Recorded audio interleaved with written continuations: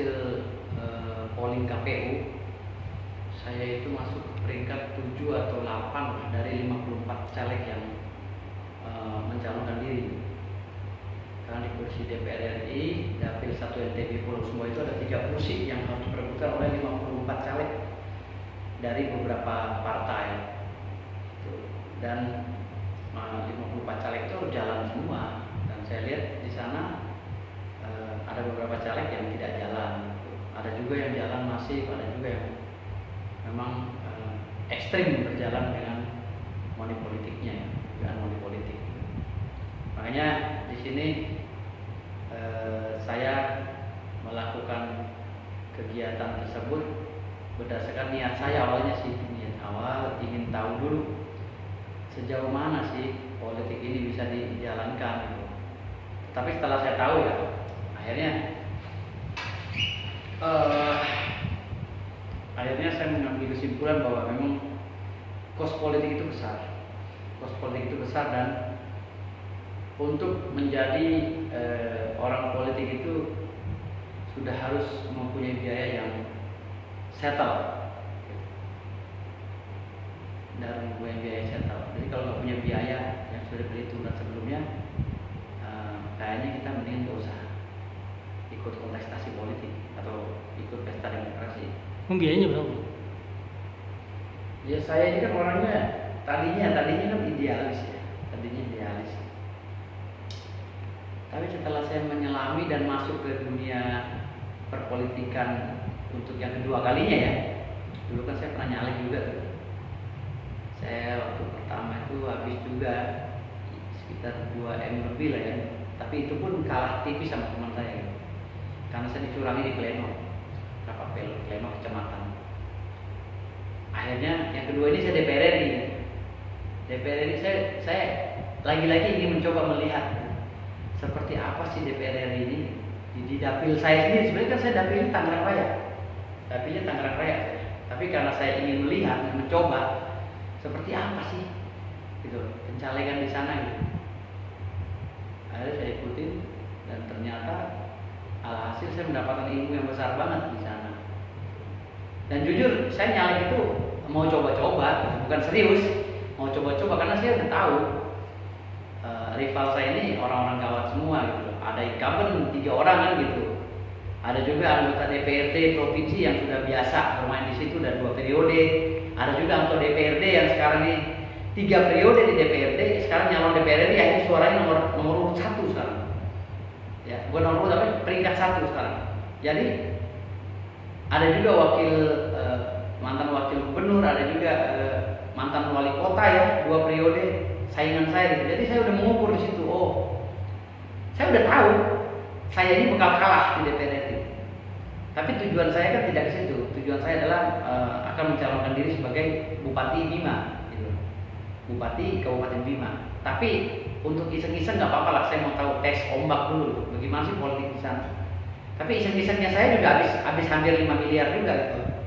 Hampir 5 miliar saya habis. Artinya di sini iseng-iseng yang bermanfaat juga. Sekolah itu memang butuh pengalaman itu butuh biaya, butuh modal pengalaman itu. Makanya setelah saya akumulatif dan kalkulasi, ternyata biaya politik itu besar sekali.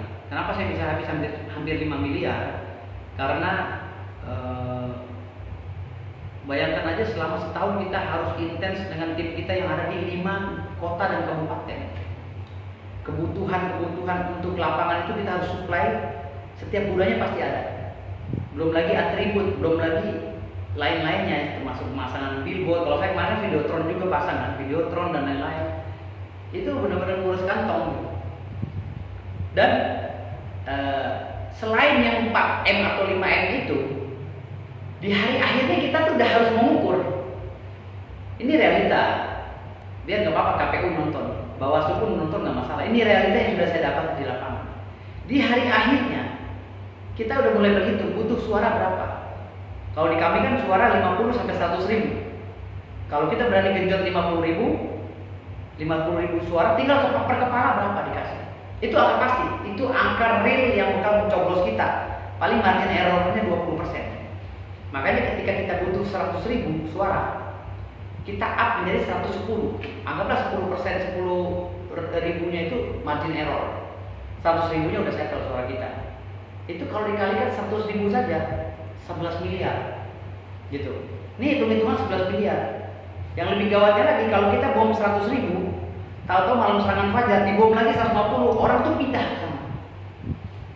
Nah, ini pola-pola pragmatis begini juga sulit untuk dijadikan. Dan akhirnya saya udah mempunyai hitung-hitungan bahwa saya nggak percaya lagi dengan mulut-mulut rakyat gitu kan. Saya nggak percaya lagi dengan mulut rakyat yang manis, palingnya ngefeknya hanya 5% lah gitu. Wah, kamu saudara saya, kamu teman saya, kita semua ini saudara semua ini. Itu saya nggak percaya lagi seperti itu. Saya lebih percaya bahwa di dalam dunia demokrasi uang adalah raja. Walaupun di dalam undang-undangnya tidak diberitahu dan tidak dipakemkan ya, tidak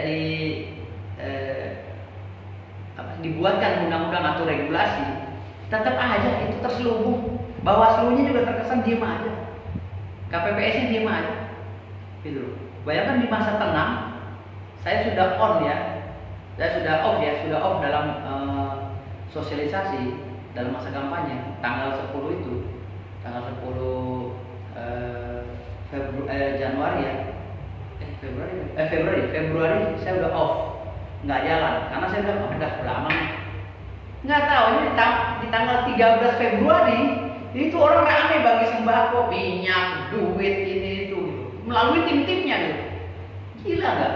Per kepala ada yang 50 ribu, yang 50 ribu ya urutan ke-6 suaranya gitu. Yang 100 ribu urutan pertama gitu. Kayak gitu-gitu. Jadi saya udah bisa baca bahwa cost operation untuk seorang caleg itu khusus DPR ya, udah ada angkanya ternyata, udah ada harganya. Itu pun harga tos-tosan bagi pemain baru. Jadi paket lengkap. Satu, kita harus dikenal oleh masyarakat. Yang kedua, kita harus mempunyai ketokohan. Diri kita jadi tokoh nggak di sana? Ya, tokoh yang jadi panutan masyarakat. Jadi nggak tokoh muda atau tokoh tua? Jadi nggak. Nah, kalau ketokohan sudah ada, seberapa besar nilai sosialisasi kita? Sosialisasi kita itu angka. Udah tokoh, ya kan? Udah ini sosialisasi angka.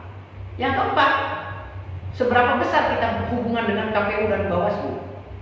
Ada nggak hubungan kita dengan KPPS, penyelenggara negara? Kalau tidak ada, Pak, hanya duit saja, nol juga. Gitu. Yang terakhir ini, Pak, serangan fajar.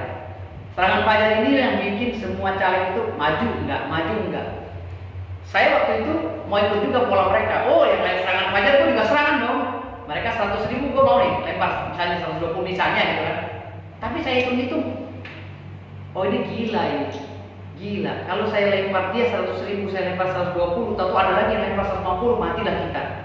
Gitu loh. Bayangkan Pak, kalau 100 ribu dikali 100 orang, 100 ribu dikali 100 ribu orang yang kita butuhkan suara, itu 10 miliar.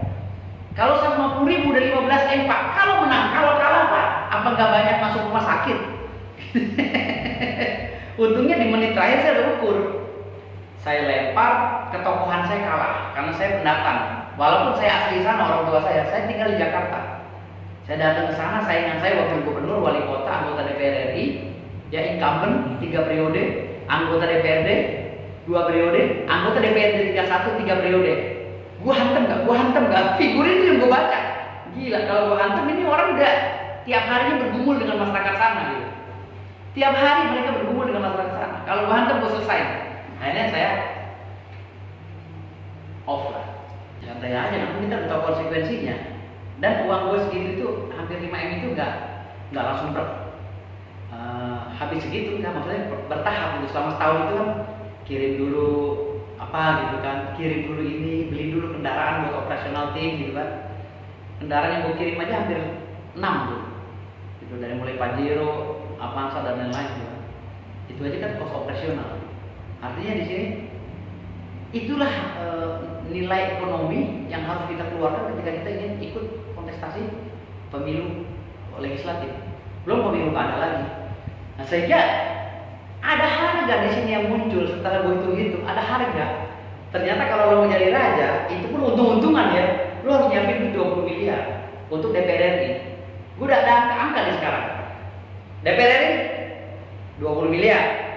DPRD provinsi 7, ya kan, sampai 10. DPRD kabupaten ya kita bikinlah 3 sampai 5. Kalau di daerah yang gawat ya, tapi kalau di daerah yang biasa-biasa aja, DPRD kabupaten paling 2 atau 3 M selama setahun itu. Itu pun ya tipis-tipis lah ya. DPRD, ya, DPR RI, ya DPR RI harus punya tuh 20 miliar. Itu pun kalau ketokohan kita tidak kuat, kita bisa amsyong, bisa masuk rumah sakit jiwa kita. Wali kota, wali kota 20 miliar. Bupati 30 sampai 50 miliar. Gubernur yang lebih gawat lagi. Ini gubernur dari hasil riset ya, dari hasil penelitian saya. Gubernur itu menyiapkan duit 100 sampai 200 miliar. Gitu. Lu siap-siap aja tuh. Kalau lu nggak lolos, lu siap-siap aja rumah sakit jiwa. Lu pesan yang VIP. Artinya lu udah siapkan mentality bang, ketika kemarin nyalek? Udah sih. Ya kalau gue kan yang kayak gitu gak kaget. Gue kan baru-baru ini udah ditipu 6 miliar. Sama orang yang udah lapor nih Polres Tangsel. Udah ada laporan gue 6,8 miliar penipuan terhadap diri gue. Gue santai-santai aja. Artinya lu menyikapi ketika orang-orang yang nyalek terus gagal bang, gimana sih untuk move on-nya lah gitu? Gue nggak tahu ya, karena gue bukan mereka gitu. Kalau gue sih santai-santai aja gitu. Ya gue bilang sama bini gue, ya bini gue ya, karena bini gue santai kan. Gue patokan gue di istri gue ya. Kalau istri gue santai, gue juga nyantai. Kalau istri gue bilang tuh kan bini udah ribut ya, gue nggak nyantai kan. Gitu. Tujuannya adalah mau membangun daerah kan gitu. Kalau secara ekonomi kan gue sama istri ya makan. Gua sama anak istri berapa sih sehari? Ya paling kita makan sederhana aja paling nggak habis 100-200 kan gitu. Artinya untuk ekonomi kan udah lumayan lah. Tapi kan gua mau memperbaiki daerah gua. Artinya di sini dengan habis uang segitu gua nggak terlalu pusing banget. Karena memang ya anggap aja kita berbuat untuk kampung halaman kita. Dengan bagi-bagi kaos, jaket, rompi dan lain itu biasa, sepatu apa, ya serba-serbi pemilu lah. Karena kalau pemilu itu kita dong siap-siap jadi orang yang memang nyamoi masyarakat. Kalau nggak disamoi masyarakat nggak bakal kenal sama kita. Gitu. Jadi, seneng banget dia mewakili seniman kayak gue. Insya Allah dia bisa amanah. Orang kayak Komeng ini kan orangnya jujur ya, dan nggak neko-neko. Mudah-mudahan bisa amanah. Mudah-mudahan ya. Kalau di TV kan gue lihatnya jujur. Nggak tahu kalau di luar dia atau tukang bohong sama bini kan gue nggak tahu, atau mama anaknya kan gue nggak tahu. Jadi untuk sementara di dalam TV itu gue lihat dia jujur, mukanya polos.